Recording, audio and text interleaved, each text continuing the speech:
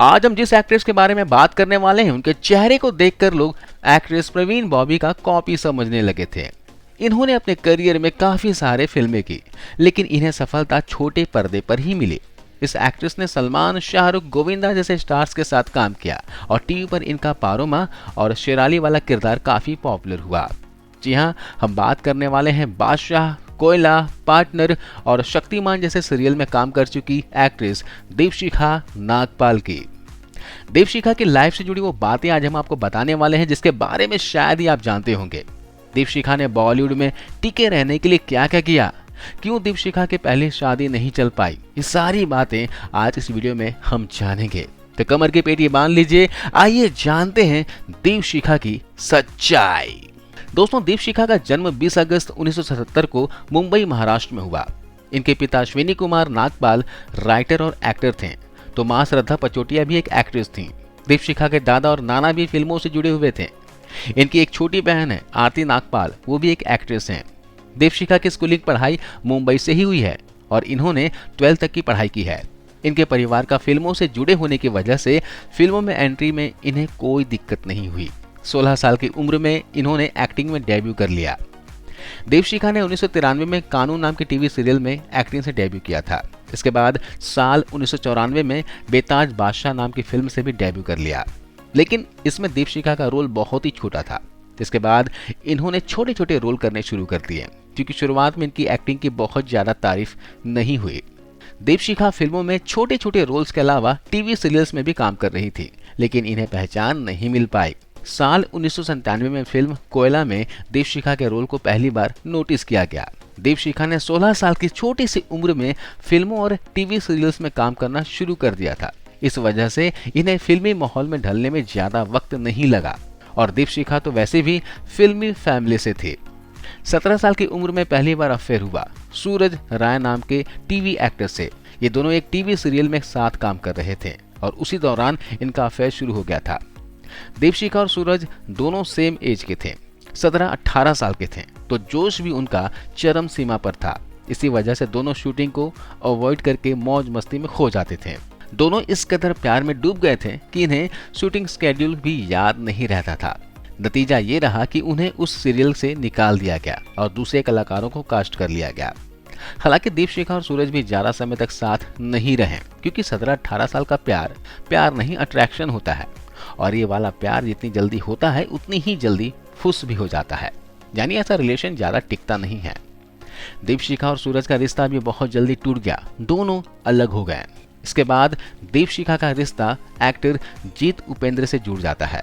जीत उपेंद्र हिंदी समेत तमिल और मलयालम फिल्मों में भी काम कर चुके हैं, लेकिन सभी फिल्मों में वो साइड रोल में ही नजर आए थे। यह एक्टर उस समय भी ज्यादा पॉपुलर नहीं था और नहीं अब है, लेकिन दीपशिखा के साथ काम करते हुए दोनों का अफेयर शुरू हो गया। जीत उपेंद्र दीपशिखा से 14 साल बड़ा था और प्यार में माहिर आदमी था। जिस वक्त दोनों का अफेयर शुरू हुआ उस समय दीपशिखा की उम्र थी सिर्फ 19 साल और जीत की एज थी 33 साल। लेकिन साल 1997 में दोनों ने शादी कर ली। दीपशिखा ने यह शादी अपनी फैमिली के खिलाफ की थी, क्योंकि घर वाले नहीं चाहते थे कि ये दोनों शादी करें, और इसका सबसे बड़ा कारण इन दोनों में लंबा एज गैप था। लेकिन दीपशिखा को प्यार का भूत सवार था, उसने घर वालों की एक नहीं सुनी। साल 1997 में शादी हो गई और फिर दोनों के 2 बच्चे हुए, एक बेटी और एक बेटा। उनकी बेटी वेदिका एक्टिंग का कोर्स की हुई है और हाल फिलहाल वो एज अ असिस्टेंट डायरेक्टर काम कर रही हैं। इधर दीपशिखा फिल्मों में छोटे छोटे रोल्स कर रही थी। वह फिल्मों और सीरियल्स में साइड रोल किया करती थी, जो ज्यादातर नेगेटिव रोल्स हुआ करते थे। साल 1999 में फिल्म बादशाह में निभाया गया रोल लोगों के द्वारा बहुत पसंद किया गया, लेकिन उसमें भी यह साइड रोल में थी। फिल्म बादशाह की शूटिंग के दौरान दीपशिखा गणेश जैन के साथ में कुछ ज्यादा स्पॉट की गई थी। बादशाह फिल्म के 3 प्रोड्यूसर थे, उनमें से एक गणेश जैन था। दीपशिखा फ्री टाइम में गणेश जैन के कमरे में ही दिखा करती थी और एक समय यह चर्चा होने लगी कि दोनों का अफेयर चल रहा है, जबकि महज एक अफवाह थी।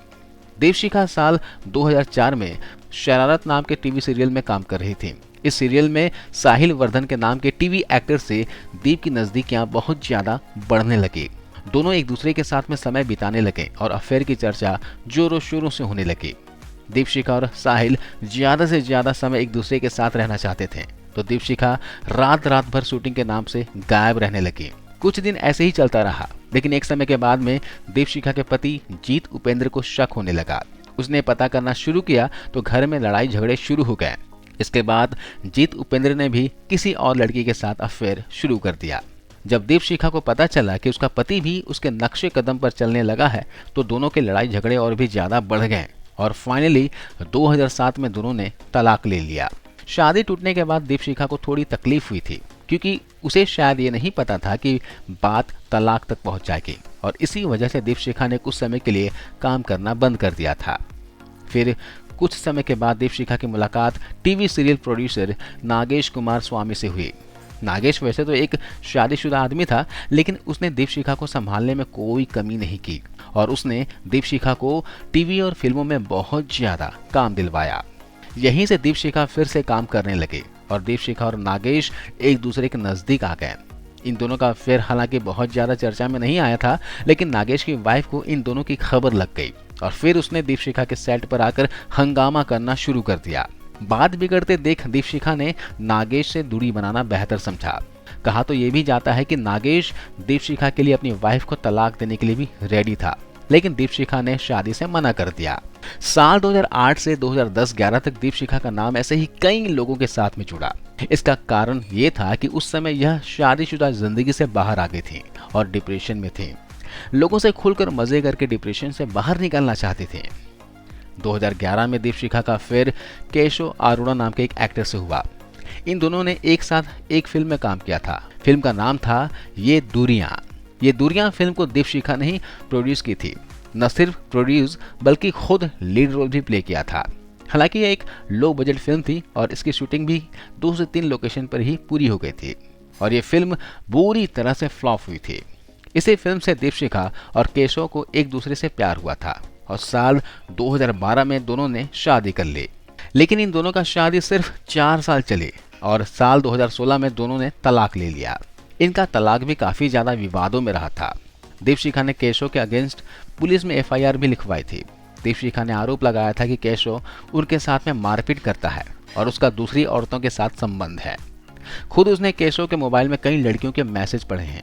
वहीं केशव ने भी दीपशिखा के ऊपर कुछ ऐसे ही आरोप लगाए थे। उनका कहना था कि दीपशिखा का अपने सीरियल के प्रोड्यूसर के साथ में नाजायज संबंध है और उसने खुद उन लोगों को होटल में रात गुजारते हुए देखा है। ये बात सच है या गलत हम नहीं जानते, लेकिन दीपशिखा पर यह आरोप लगते रहे हैं कि वो अपने सीरियल या फिर फिल्म प्रोड्यूसर के साथ रिलेशन बनाती हैं, मजे देती हैं और बदले में काम लेती हैं।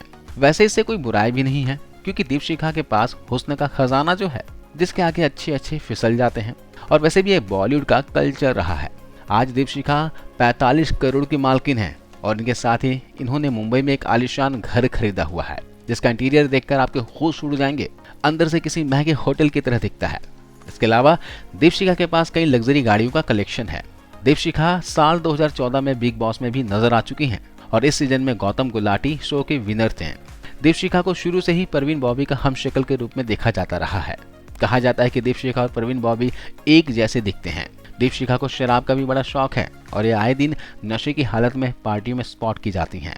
इन्होंने अपने शरीर पर 10 से 12 टैटू भी बनवा रखे हैं। दीप ने 2021 में रंजू की बिटिया नाम के सीरियल में काम किया और 2022 में आखिरी बार न उम्र की सीमा हो में काम किया।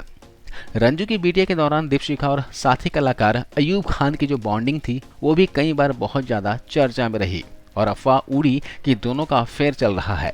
लेकिन दीप ने कहा कि वो सिर्फ दोस्त हैं। दीपशिखा भले एक बड़ी एक्ट्रेस ना बन पाई हों, लेकिन वो अपनी एक्टिंग टैलेंट और हिडन टैलेंट के दम पर इंडस्ट्री में हमेशा पकड़ बनाए रखी है।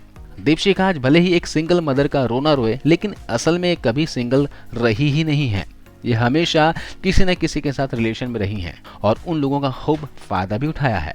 दीपशिखा उन एक्ट्रेस में से एक हैं जिन्होंने सिर्फ काम और पैसे को अपने लाइफ का मोटिव बनाया था, चाहे इसके लिए उसे कुछ भी क्यों ना करना पड़े।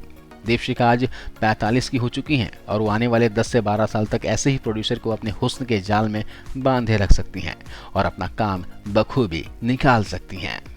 तो आज की इस वीडियो में बस इतना है।